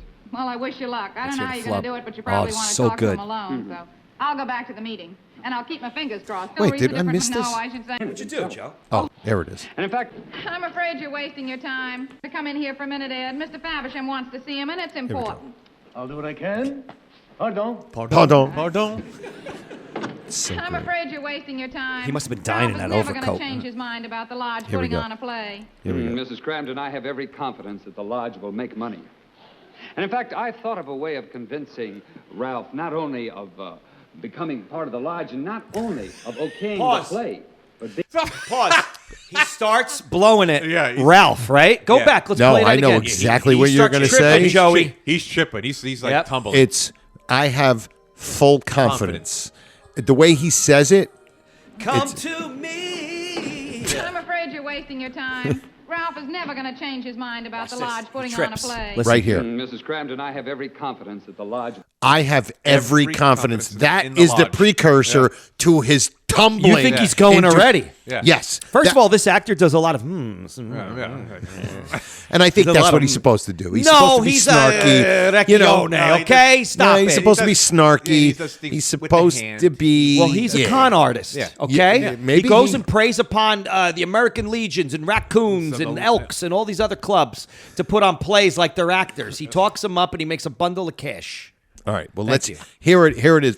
Hear it. Listen to it. Just all hear it is, baby. No, I'm 20 trying to bucks. say hear it, like listen. But I meant to say listen to it, everybody out there, and listen That's when Joe he Conti, says, everybody. "I have every confidence." Is it Giuseppe on your birth certificate? No, it's Joseph. Joseph? Yeah. Okay. Here we go. Right. I have every confidence. I'm afraid you're wasting your time. Ralph is never going to change his mind about the lodge putting on a play. Mrs. Cramden, I have every confidence that the lodge will make money. And in fact, I've thought of a way of convincing Ralph not only of becoming part of the lodge and not only of okaying the play, but being Becoming in it. part of the lodge. Yeah, That's the- exactly. that's the You flub. stupid ass. He's already in this lodge. Are you kidding me? That's the flub. That was No, our but, flub. but Joey, I think he flubs after what you're saying. Oh, let's hear I think it. he delivers that line and he finishes it. So go back for a second. Go back to that. Because he finishes that line. He completes the thought. But he think after that. Go ahead, play it again. I'll tell you when. Before I I'm play afraid French you're wasting Jolie. your time. Ralph is never going to change his mind about the lodge putting on a play. Mrs. Cramden, I have every confidence that the lodge will make money. Done. And in fact, I've thought Perfect. of a way of convincing Ralph not It's the only word of- convincing when he trips, Joey. Listen, it's convincing. Convincing. Yeah. Convincing, he kind of Yeah. slips right Yeah. there. He's- Listen to it he's- again. He's humming Putting into on it. a play. Mrs. Cramden, I have every confidence that the lodge will make money. And in fact, I've thought of a way of convincing Ralph not only of It's convincing. becoming part of Yeah. the lodge and not only of okaying the play, but being in it himself. Oh, you'll never get Ralph to be in it. Oh, Joey, I just saw him in action when do he you made hear that speech out there. It's at convincing. He trips. think at that's convincing. where He it's- falls right I off think the cliff. Convincing, he trips over convincing, and that's like spirals. Do you think he meant to say, I am totally confident that I can convince Ralph to be in the play? Yes. I'm guessing that's probably That's- what he said. I am totally confident, or whatever confident, yeah. of convincing Convincing Ralph, Ralph. because that is short, Joey. simple, and Yeah, to that's the it. to the point. That's it. Joey, I don't know where this struns got. I'm gonna. I don't know where this Strunzolo got that he wants to convince him to be a member of the lodge. I don't know what he was thinking, what he was looking at. Because it started. He's trying. Right? He's stumbling. He's trying to pick himself up. He's trying to get throwing back a word- on the get- horse. right, get back He's on the trying to horse. get back on the horse. Definitely. And unfortunately, it didn't. did. He's like, listen, Alice, I'm a con, I'm a con artist. I just eating too totally many bulldozed. I just totally bulldozed the ladies' auxiliary. Yeah, exactly. Now I'm going to fool him. But yeah, like I said, I think that is.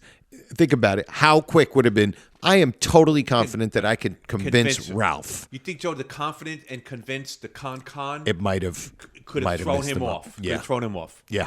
Okay. I wonder if he was like looking at her because it seems like he's doing a lot of physical stuff too. Isn't he kind of closed in? He does the thing And with he's his. like He this. does Well, the thing with his hands. He's doing too. his hands, and then he's Yeah. got his hands like the Yeah, like the like Italian, like So he's, Woody- Woody he's Woody. physical acting. He's doing a lot of physical Yes. acting there. Yes. I was just offered a role. He's got the Kit Kats hands. I don't like auditioning for anybody. I'm me. I'm Ron Albanese. I don't want to play a felt role. the same way when I was on the TV this week. I was offered a role. Listen to the role I was offered. Here's a stretch. A surf shop owner. Oh, wow. Okay. An owner of a surf if shop. Anybody knows what Ron looks like. Yeah. Ron looks And, like he was born in a surf shop. Ron John's. Ron John's. I was delivered in Ron John's, yes. Not St. Barnabas. I was born in St. Barnabas, actually. Oh, okay. St. Mary's. St. Mary's, what? Teaneck? Passaic. Passaic. Okay, yes. St. Mary's. What about you? I was born in East Orange General. East Orange General. Wow. Is that Vintage guy. what is that called now? Is it East Orange General. It's called East Watch Orange Your General. Ass. Yeah, it's like Still Watch Your Ass called- Hospital. It's still Don't come here. still called that, If you're huh? sick, turn Turn back. back. Yes. Yeah, we can't help you. Yeah, we have. Never lived in East Orange, but I was born in East Orange. East Orange, we love you. We love our listeners in East Orange, of which we have none. Yeah, I doubt it. But anyway. Who's a favorite son of East Orange? Oh, it's an actor. John Amos. John Amos of John Good Times Amos. fame. I love John Amos. I believe man. John Amos is East Orange. I know he was a Jersey guy. Yeah. I think he's East Orange. Why are we listening to Fran Jolie in the background? Because she appeared at Calandras, didn't she? No, do it's because you guys have polished off 2 bottles of wine. That's why. France Jolie making the bakery circuit. She's doing. Yeah. France What are you Jolie will talking be about? This helping ain't out no with bakery. the cannoli This and ain't the no pignole bakery. cookies. France Jolie, Pignoli. No bakery. Dude, I actually hung out with the guy that played Bacala. Who was that guy? Stephen Sharippa. Steve Sharippa, Here's yeah. a story. And here's an item. And he was at Calandras one night making an appearance, and nobody showed up. Really? But I was there, and I was covering it for a local website. And we ended up getting, pretty chummy through the night, just hanging out and stuff, because nobody showed up to see Steve Sharippa at Bacala. I was very surprised. Maybe 10 people. That's so weird. That's Yeah. weirder than having Fran Jolie playing in the background while we're doing a Yeah. Honeymooners podcast. It's just strange. Oh, you know what? I wanted to talk about music. Thank you. The Jackie Gleason Christmas album. We're going into the holiday season, everybody. Robert Hall. Yes. And Alexander's. And we're going to Orbach's. Oh, Orbach's. Yeah, the Jackie Gleason Christmas album has a version of Christmas Island. Now, what are you pointing at? I could pull a coat out of a Corvettes? closet in here that has Orbach's on it. Oh. Louis Fats, everybody. Father's Love overcoat. it. I love it. Really? Yes. That's cool. That is cool. That's clavicles. No, it's not clavicles. That's like a xylophone. They're Yeah, like xylophone, it's a yeah. xylophone, yeah. We need Michael Bruce here. You'd be like, oh, I think that's all right. Okay, Michael Bruce. Okay, Michael Bruce. Oh, my God. Who's the guy from South Soul Orchestra? He was a great. Oh, my God. Vince. South Sorak. Vince. Oh. You know what you remind me of when you say that? You remind me of Santa Esmeralda. Santa Esmeralda. I'm just a soul whose intentions are good. Oh, Don't let me be misunderstood. Remember that one, Joe? Well, I used to have the 12-inch Dude, come on. 12-inch single when I used to DJ. You guys know I'm good friends with Felipe Rose, right, from Village People? Really? I've known Felipe over 25 years. Wow. So we talk about like vintage disco and stuff and everything. Oh, that's wild. Yeah. That's that whole story. Disco Casablanca- gets a total bad rap. I think it was. I think the only reason people hated disco was because they were overrun with it. But Yeah. it was phenomenal. Well, horns, you had percussion. two. That's It my was era. phenomenal. That's my era. So you had two. You have to understand. club disco. You had- and you had pop disco. Right. The stuff was on the radio. We never heard in the club. It was white disco, Yeah. essentially. It was like a watered down. But Joe, and we love all of it, and I love it. The drums, like you said, and you know. But the thing is, Casey and the Sunshine Band is a great example of that, because when they started out, they were like a down and dirty club. If you listen to Queen of Clubs by them, it's like down and dirty club disco. And then they were doing That's the Way. Yeah, just like it was very like this popular. white bread, Right. Where I could like it. And growing up in West Caldwell, you know what I'm Yeah. saying? I'm from West Caldwell. I don't know if I told you guys. Yeah, you did tell me that. Yeah. Joe Piscopo? West Caldwell? Joe Piscopo was Caldwell. He went He's to Caldwell Caldwell. Pizzeria. Yes. And we've talked about that. Joe Piscopo and I have talked about that. Joe Piscopo, a martial artist. Is he? Black belt. Wow. Yes, we've talked about I hung out with him at a martial arts convention. I'm a Mr. Martial Artist. But in one episode, I'm not. I'm Mr. Harper. I'm a Harper artist. I don't know what a delicious martial artist is anyway. Cramden's delicious Martial art. You know, that episode is actually one I think that has a big rep, Joe. Oh, a dog's I don't life? like when this guy sings. Like, why is he singing? Yeah. It's a duet, I guess. You don't think of it. I but- never saw him at Calantris. No, and nobody saw Sharippa there either. So We got to do a Turned out podcast for with France. Calantris. Yeah, we do. I would love that. We got to really do that. You have to think big, gentlemen. Cannoli hour. We were on Cannoli hour. WPIX. all right. So Okay, go back to here. Yes, I want to start wrapping this No, you this don't. episode up. Don't yes. do that. Yes. We're, Why? Yeah. All right, I got to say. Don't answer before why. if you're looking for something, I got to say there's two things about this episode. Oh, there's a lot of things. About Yeah, this we have a episode. lot of notes we should really get through in all seriousness. Two things I love: the fat joke. Oh. With Fabersham. Yes. And Ed and Ralph. Yes. Great fat joke. Oh man, yeah, it's one of your favorites. One of my favorite fat jokes. And also in this, probably my favorite line in all 39. Oh wait a minute. See what you get. Wait a minute. Oh my God, I think. My favorite line. Do I know this? You definitely know this. I know. But No, I mentioned know it that before. it's. I know that you've mentioned this before. Let's address the fat joke first because it's really good. Oh, it's a How great- about if I just play it? All right, play it. I'll just play Oh, it. yeah, it sounds better from them. And it's one you have to think about a little bit. Yes. Yeah, you do.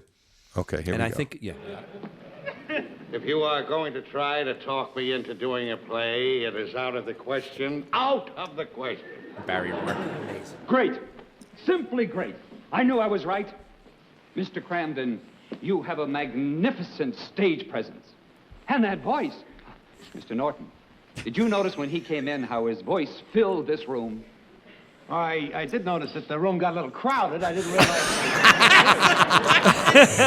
It is a fantastic That's like fact my joke. And speaking of the audience, there's a guy in this episode that is totally getting everything right away and cracking up. Yes. There's a Yep, It's he's all right throughout. on it. Yep. One point. He's all over this episode, man. It's so good. So what's your favorite line, Louie? I'll tell you. Go ahead. Sure, there's a chance for you. You could be That's right. usher at the music hall. Or a soda jerk. That's right. It's his. She just like destroyed It's a him. harpoon. She Yeah. destroyed him. Yeah, it is To me, fantastic. it's the greatest line. And I think It's it's so amazing great. that, 3 actors are mentioned. 3 contemporary, hugely popular actors are mentioned. Kirk Douglas, Gregory Peck, Gregory Peck. Clark Gable. And yes, I'm a regular Clark Gable. No, Chris Voder. no. Clark Gable was no. Clark Gable played a bus driver in his first movie. Guess what? That's a twos theory. There's Yeah, two it's two Clark Gables. Two Clark Gables. Yeah, the potato salad. Potato salad and yeah. Ron's bask gloating. in the glow. Ron is gloating right Listen, now. I have completely done a 180 on the twos Now theory. you really have, Joe. You've come up. We're yes. proud of you. Yeah, Us thank you. twos You theory were one of the people first ones to come up with a twos theory too. After all of that, remember? Yeah. Remember, he was like, makes a "Put big it- stink, think this about guy." it. And then Yeah. we go on the air that week. He's the first one. This and I made the first This twos theory. Chippoline comes up with something right away. comes up with a twos theory. Oh my god, it's too funny. It's all disco. You remember this one? Push in the bush. Yeah, who is this? Is this the Mystique. That's Mystique. Music. Good song. Right? Most of it is good, man. Did you go to Seaside Heights clubs? Nah. Very, very late '80s. I started to a little bit. I went to Panache. I was a surf clubber. You went to the surf club, dude? Joey there. Harrison's? Lived there. Stop recording. No, a friend of mine, he tried to buy that for 2.1, and he got turned down. Good, because it got swallowed up. Yeah, but anyway, Joey Harrison's. You went to Joey Harrison's. Oh, I went God, to yeah. I went to Joey Harrison's with Suzanne. Joey Harrison had one in Clifton too, right? They tried to go up north, just Yeah. like Maruca's Pizza Yeah. tried to go and Yeah, syndicate ain't themselves, talking- yeah, and that was a ain't working. disaster. Ain't working. Nope. Right, Joe? I don't know that one. You don't know Maruca's Pizza, Seaside Heights? Yeah. No. He tried. There was a Clifton Maruca's. The Maruca family, Maria Maruca, council person, Seaside Park. I know you. I know. Okay. I know Ronnie knows a lot of people. Yeah. I For do. sure. Yeah. I do. But I know our audience, and what our audience wants to hear is the rest of Lou's notes. okay, You got a so- couple other good things Yeah, about because this. we're we covered it. We covered because we're already at like an hour and Open- 18. yeah. I don't want to do an hour more than an hour and 30. You know what? So- With this, it's free. Who cares? Just No. keep going. I tell you. All right, so we learned that it's a wraparound room. No, you heard that it's a wrap. I'm trying to shoehorn that in, Lou, all right? Let me have my moment over here. Listen, you shoehorned 2 bottles of wine, so what else are you going to try to shoehorn about in? $7. I can't. These two guys. I feel like I'm with 2 grand mystic rulers of the podcast here. Yes, I'm Morris. He's Fink. There's 2 messages on the chalkboard I wanted to say, because usually you don't see that. I'm looking at it right here. And there's a weird, like they try to erase something, and there's a weird eraser mark. Yes. Like when we were kids and they would use chalkboards at school. Yeah, and it wasn't, you could tell there was something there, and they erased it. Yeah, and they demarcated the 2 messages with a line, which is really interesting. That wasn't the one with the raffle tickets, is it? Yes. Bud Hero. The books have to go see back to Lou by Friday. Lou by Friday, and see Bud Hero for the dinner dance. Bud Saturday Hero, dinner dance. Oh my God, dinner Perfect. dance. Dinner dance is a big set. It's just, It's terrible My father because would go. it's. He worked there for we go. Pechters. They would have dinner dances. My parents used to go Where to you going, dinner Daddy? dances. I'm going to dinner There it dance. is. Mom, It right? says. The Robert Treat. It says Robert Treat. Are you kidding me? 100% Oh my God, serious. my head's spinning. Robert Treat. Where was that? What are you talking? In Newark by Military Park. Oh my God. Across from Haynes, where Haynes was. Over there. I know it. I know So the it. board says dinner dance next Saturday night. Eve. Okay. See Bud Hero about tickets. A line. Raffle books must be turned in to Lou by Friday. I forgot about Bud Hero. That is, but no, he said it. Oh, you did say, Yeah, but I wasn't paying attention. Now But that's an homage Because it wasn't about you, Ron. That's why. Wise and hybrid. Did you put the mustard at the bottom of the Italian hot dog and then the ketchup on Yes. top? Yeah, I would do both. Yes. Yeah, absolutely. But about that, it's funny because would there be a dinner dance during the day? Yeah, really. It's got to be next Saturday Saturday Eve. night, Just that Saturday Eve, yeah. It's Saturday at noon, all right? This is the What a Surprise episode. We really appreciate our listeners and our deep dives we do. Yes. Somebody said that's an homage to Bud Abbott and Lou Costello, supposedly friends of Gleason. That is excellent. That's what I Did heard. not know That is I heard- excellent. That's yeah. cool. Yeah. That is That's what I awesome. heard. Did not know that. Yeah. Yeah, right? Like That is friggin' cool. And if somebody out there in the Lost episodes, I believe they say the name of Mr. President in the Lost episodes. Oh, okay. And it's like I bet you. Frank, and it's like it's Italian name, like probably Oh, one it's of- like an Italian name. like one of Gleason's friends somewhere, like Okay. Tony Amico. Right, supposedly right, was right. Frank was his driver, right? Was his driver, yeah. Yeah. Oh, I did not know that. See, if somebody could find that. Yeah, I'm sure Yeah. because there are some. that just kills me. There are some full-grown nuts that love and like know the Lost very well. Yeah, and we don't. No, we you don't. know, admittedly, we watch it. We've seen a lot because, again, Channel 11 did run a lot of them. Well, now you can And watch them all Showtime, now on like whenever you try to stream them on anything, It pops up right away. but right, it's Joe? all the Lost. You can't get the original 39 anywhere. CBS does monitor. Go ahead. You mentioned something before about when Gleason stopped doing the 39 and Yes. pushed it back to the Jackie Gleason show. And And it was quick, by the way. It was quick, yeah. Well, it said they ended those 2 episodes in September, September, and yeah. October it's already on. It was on, the yeah. Gleason. Now you think too that he did that because when you do the skit on the Gleason show, you don't have a time restraint. Right. You do what you got. Like you go on the half-hour show, you got to have 26 minutes. That day was 26 minutes. Right. You had a little commercial, 2 minutes in the beginning, 2 minutes at the end. You put it back on the Gleason show. Just no time restraint. You just fit it in. If it's 15 minutes, it's 15 minutes. If it's 20, it's 20. Right. And it's so much easier. And Gleason could be even more Gleason and not have to learn the stuff to be exact. Exactly. He could do and it. I think, as much as the Honeymooners it's very punk rock for its time. When you contrast it against the sitcoms, and we've talked about this in a lot of previous episodes, it's amazing how that show was for the time period. Yeah. It's very rough and tumble. Absolutely. It's very, and you know what? The nature of the soundstage over at 54th Street and the way they filmed it even more lends itself to that. It doesn't have that soft, warm, fuzzy feeling at all that, say, Leave It to Beaver that was filmed on film has. Yeah. Or other sitcoms of the time, because it was becoming the standard to film on film. This show, of course, was using the electronic cam system. Yeah. And it was the kinescopes and all that. It's like filming as it's broadcasting. It's also filming. It's That- yes, that's the yes. thing. So you have a lot going on that really make it stand apart on a technical angle, and then second, and that's also, just jumping ahead, if anybody does watch the color episodes, and I have a soft spot for them, even though they're not great. I do like the color episodes, but they're so brackish in sound. because of the studio setup. So they start to break into song. They're not good singers by any stretch. And they have, Gleason had a voice that was kind of like, rah, rah, rah, rah, and it really was because of the acoustics He in the almost studio sounded didn't like sound he good. was crooning. Like it almost sounded like it was like somewhat of a singing, but not quite singing. He was singing. Talk singing. His voice got a little nasally. Yeah, 'cause nasally. He got old like real fast. Yeah, he did. Yes. He just, did. By the time those color episodes rolled around, also, and I think this is documented, so I don't want to, say anything out of church, but Carney was drinking a lot, I believe, at the time. Oh, yeah. Yeah. Oh yeah. No, Yeah. That's He's heavier, and his voice is different. Yeah. So you do have an old timer's day feel to those episodes. The edge is gone, but there's a lot of phases to the Honeymooners, and like you're saying, within a month he's jumping back into more of an unstructured kind of thing. I think it was too much of a brain drain on Gleason. I think so too. Didn't need the money. Didn't need to do a show like that.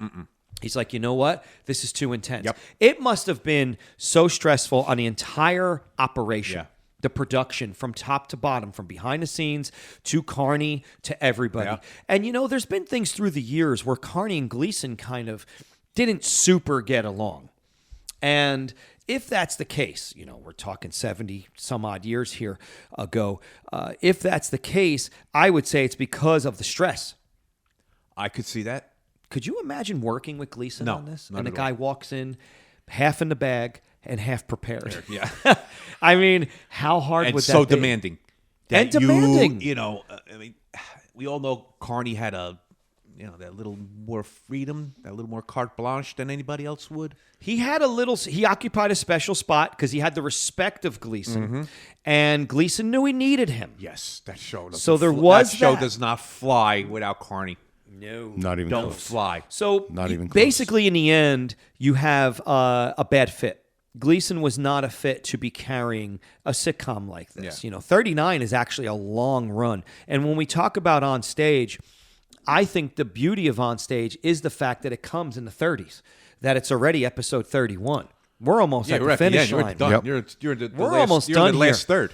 So the Last quarter, system, actually. they whipped up a system over the preceding 30 episodes of getting through this, and you have Carney knowing how to, fly at the seat of his pants, or Gleason, and all this. So I think they had at least whipped it up into a way to work around Gleason's peccadillos, I love them. Is that like They're so a good. very I put fancy them on my- armadillo? I put them on my sandwich. You put them on. You want peccadillo? Yes, around my. Yeah, I Subway had a charges pet actually- armadillo Put a little once. I'm not super- sure if that's the same. Peccadillos are, Super sad mozzarella. odd characteristics. Or, Do you know how when you were just talking about how Art Carney's voice got heavier Yeah. in the 70s? Yeah. There is a moment, I have it right here, in the 39.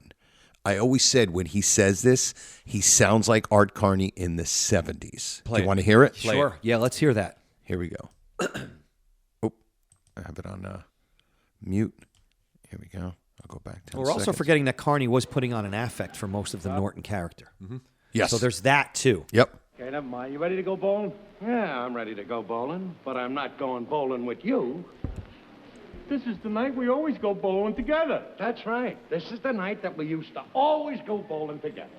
But tonight, I am not going bowling with you. I am going bowling with my friend Teddy Oberman.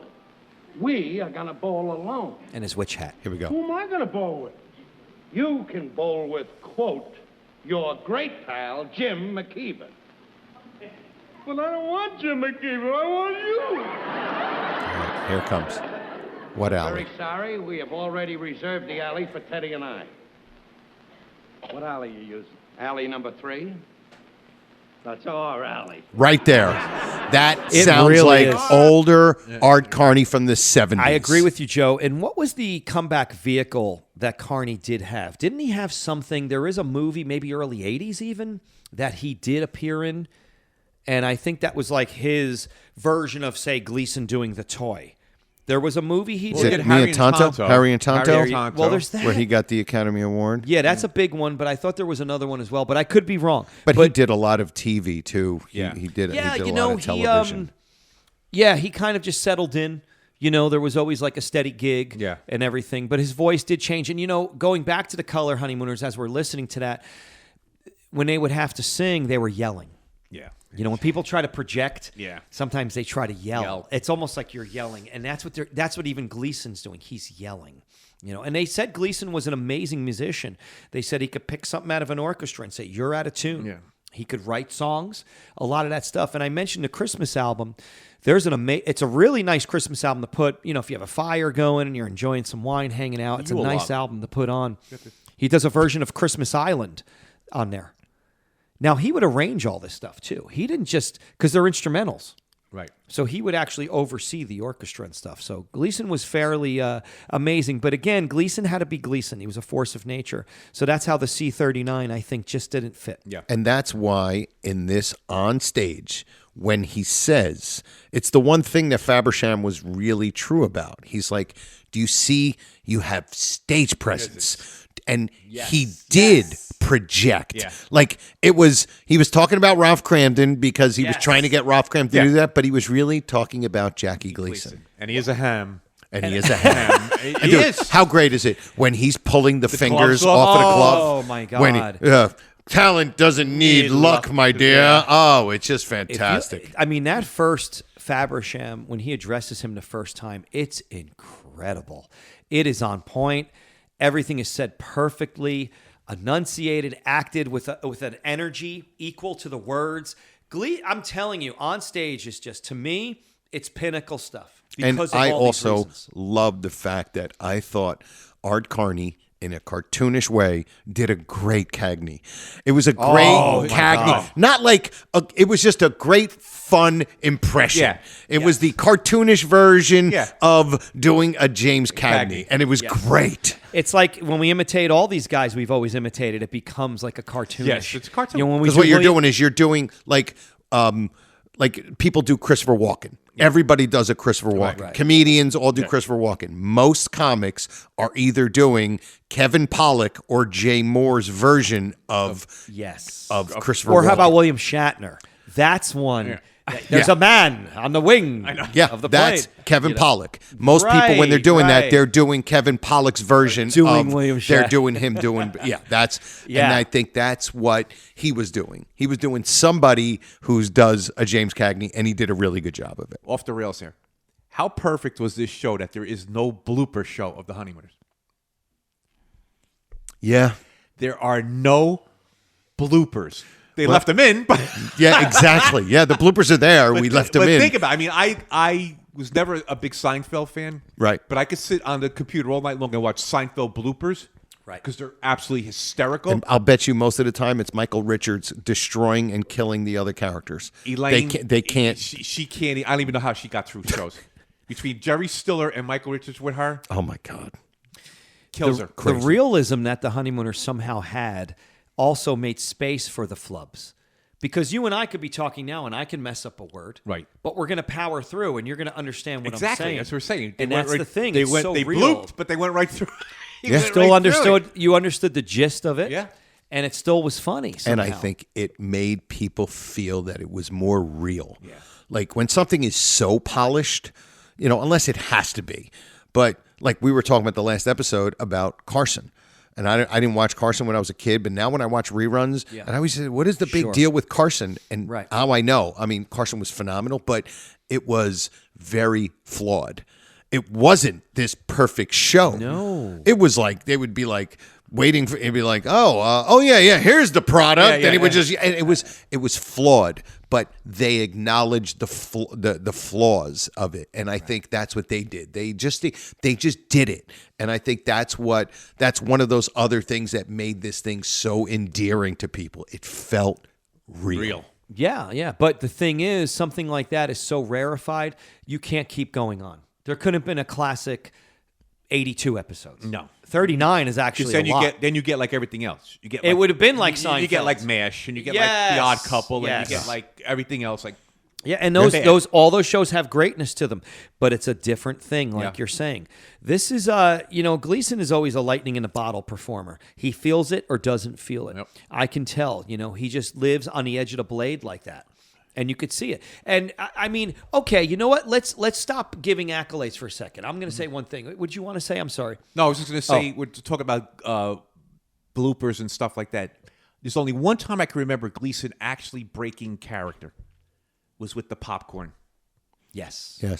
I can't think of anything else where none of them broke. They never. It was a little broke fourth wall give. character. He gave it. He Yes. knew he had an opportunity. When that popcorn busted, he looked at it like, can you believe Really that? believed it. Like, it looks like he could have actually looked at the audience and go, can you believe this? Yeah. You know what I mean? That's basically what he did. and it's nonverbal, though. Nonverbal. So that's another good thing, you know. Yeah.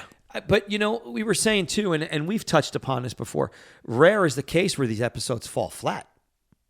You know, we're saying so many accolades, too, but it goes to show you, you know, the proof is in the pudding that nothing is really a dud. Maybe the mother-in-law letter, like we always pick on. We pick on that. There's a few things. But you forget that if you watch Hello, Mom, and you watch it without thinking of the ending, it's actually pretty funny. There's a lot going on there. It's a really good episode. There's a lot going on there. It's got a lousy ending. It's got a lousy ending. Just like anything, if you end soft or if you don't end strong, I think you know this as a musician and performer.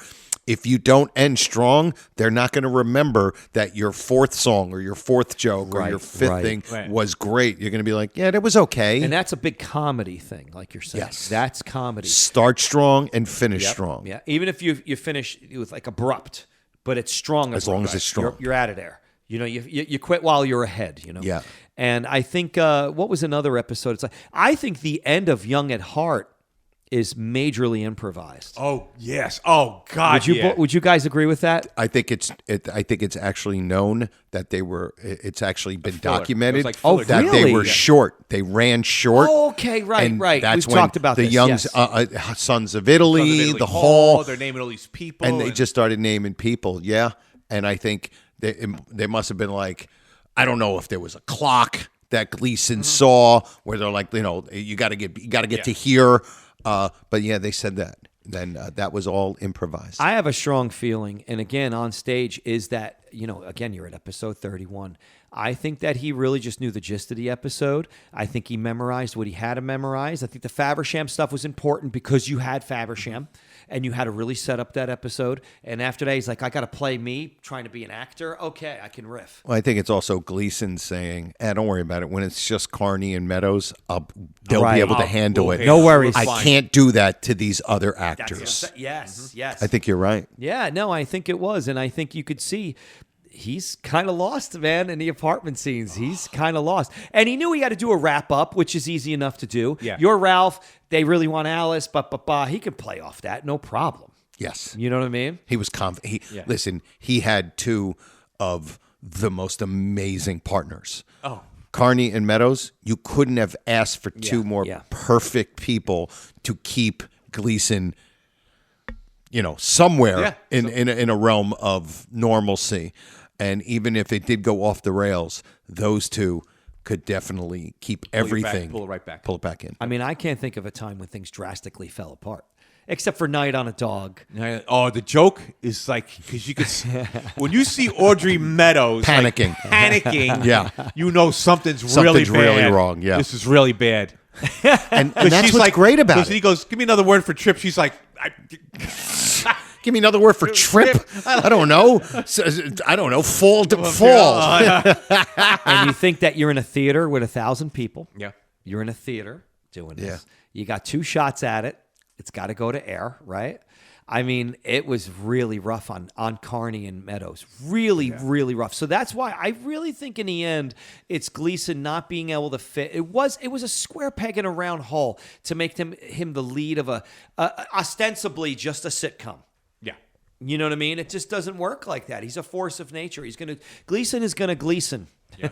Yes. You know what I mean? And I think that's why almost like when you say nothing seems to have gone, like there's no dead spots, there's nothing, right? No. And I think because he'll improvise. And not only that, but let's face it, when he's like when you're talking about the joke, right? Think about how real that actually is, even though he was actually panicking. Well, he was. Guess what? When you're trying to tell somebody a joke and you're not getting the, you know what I mean, and you're forgetting the joke, you're going to be like,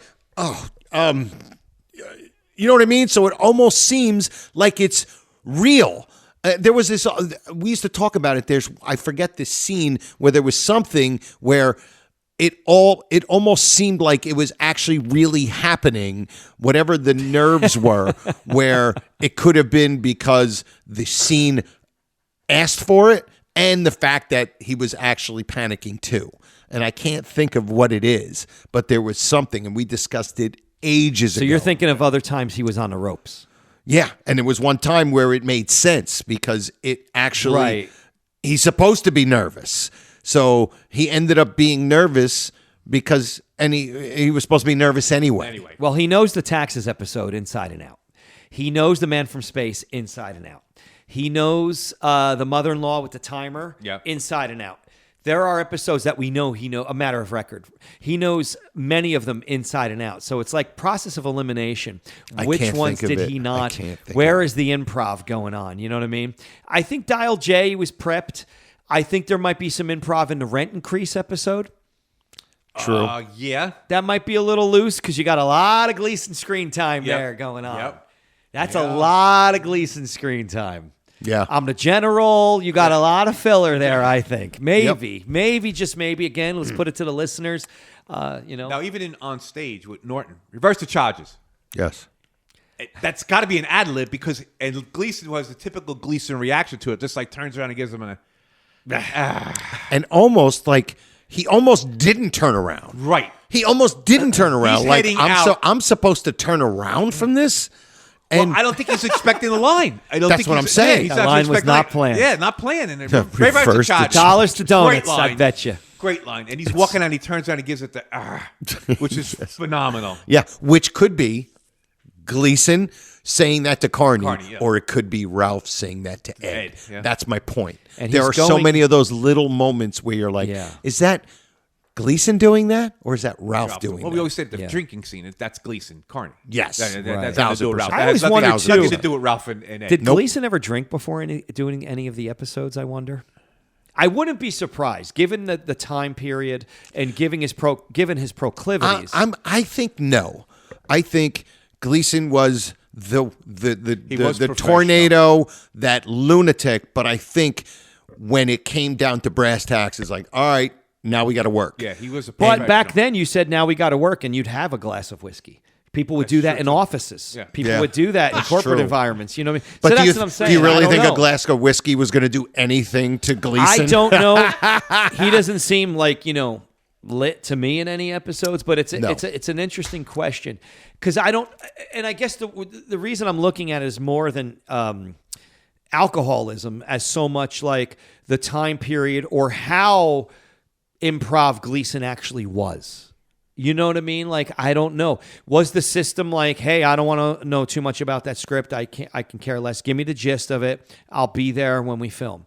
I don't know. Like, you know what I mean? I'd love to know that stuff because how far did he go is the question. Yep. Yeah. And it's just... I just think his timing was too on to be sloshed.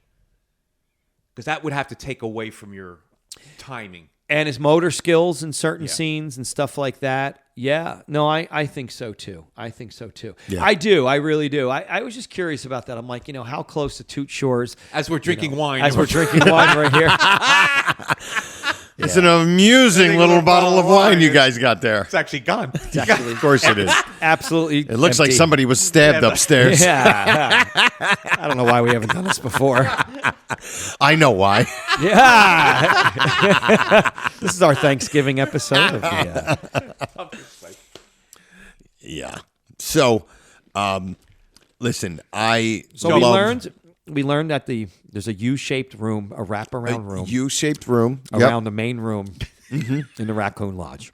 Faversham proved it. Norton proved it. Proved me wrong. And I do believe that this is probably one of the three, the Trinity, the three of them, probably one of their favorite episodes to do. And I think we discussed this because they get to be actors pretending to act. So they're acting within acting. And I think... And doing impressions. Badly. And doing impressions. That's true. Badly. Spoofing. Yeah. So think about the fun that they're having as actors to go, hey, we're acting. We love acting. Oh, guess what? You're going to be playing your character that's going to be acting as somebody else, so they get to pretend or to act badly on purpose. And I think that if I could speak to an actor, I bet you actors would say, I love doing that. Yeah. I bet. Oh, yeah, it's a stretch for them. I'm sure they all love those atypical episodes where they got to play something a little different and do something. One of the things I love, too, is Norton walking out the door, practicing his line. Exactly. Because he just gets into right before the Palopany. He's like, I want to know, what did he say in the hallway? It's been one of Louis' big things that he wants to know. Did he say polo ponies or did he say Palopanies out? Because apparently he doesn't say it in the play. Ralph says it. Correct. Yes. So, and Ralph is the one that looks foolish because of Ed. Right. Yep. Another shot at Ralph that he flubbed that line. Yeah, and an accidental, thing at Ralph. So, all right. Well, listen, this has been an absolute. We talked ourselves into exhaustion. This has been an absolute blast. And you know what was great? My favorite thing about it was I didn't have to do that much. It was fantastic. I got to watch you two chooches polish off a gallon of wine while you're sitting there saying different horrible things in Italian that only 12% of the population is going to understand. Tu sei proprio sfacim! Disgraziata sorda. Faccia di mamma. Yes, I know. Faccia di merda. No, we love you guys. Thank you for listening. We hope you enjoy this granular, deep dive on stage. Absolutely. And we look forward to your comments and stuff on the Facebook group. I don't go on there, so don't look for me on there. But if you want to follow me, do we want to promote our various things? Promote away. Joe Conti. Joe Conti Comedy. Check him out on TikTok, everybody. He produces all kinds of really great, funny content to get you through your days and more. Joe Conti on TikTok. Ron Albanese on TikTok, ladies and gentlemen. Ron Albanese, professional fun haver. I do children's events of all kinds. I could do your event. Please check out Ron is a lot of Albanese fun on to TikTok watch. As well, everybody. Thank you very much for listening, everybody. Until we hear and see you again, we're saying RX. All right, everybody. Episode 147 in the books. For me, Ron Albanese, and Louis Fatz, we say we'll see you next time. E pluribus raccoonum. Night all. Night all.